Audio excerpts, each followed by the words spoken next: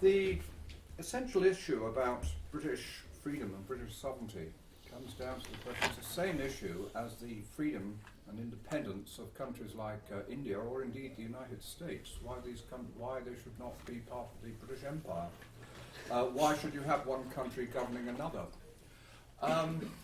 What is, I think, certainly for me, and I think for everybody else that I know in the circles in which I move, the problem about the European Union was its total discontent for democratic procedures. Now, we've just had an election in the United States, which I know the result has appalled many people, but at least the American people did get a chance to vote.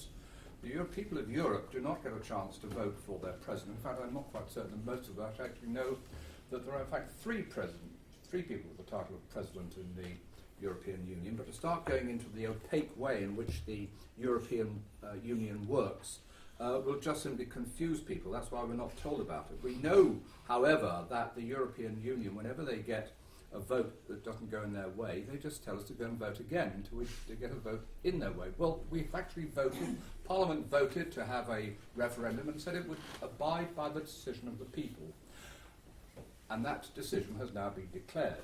So we must now draw upon our resources of courage and imagination to deal with the situation which we now find, remembering, of course, that the European Union itself is in dire straits itself. There are deep divisions within the Union, and there are there's a great deal of discontent on the continent. So I don't think, as I say, the European Union is in a particularly strong position. I don't think it is, and I've always thought that it will collapse at some time within the next decade. But anyway, there we are.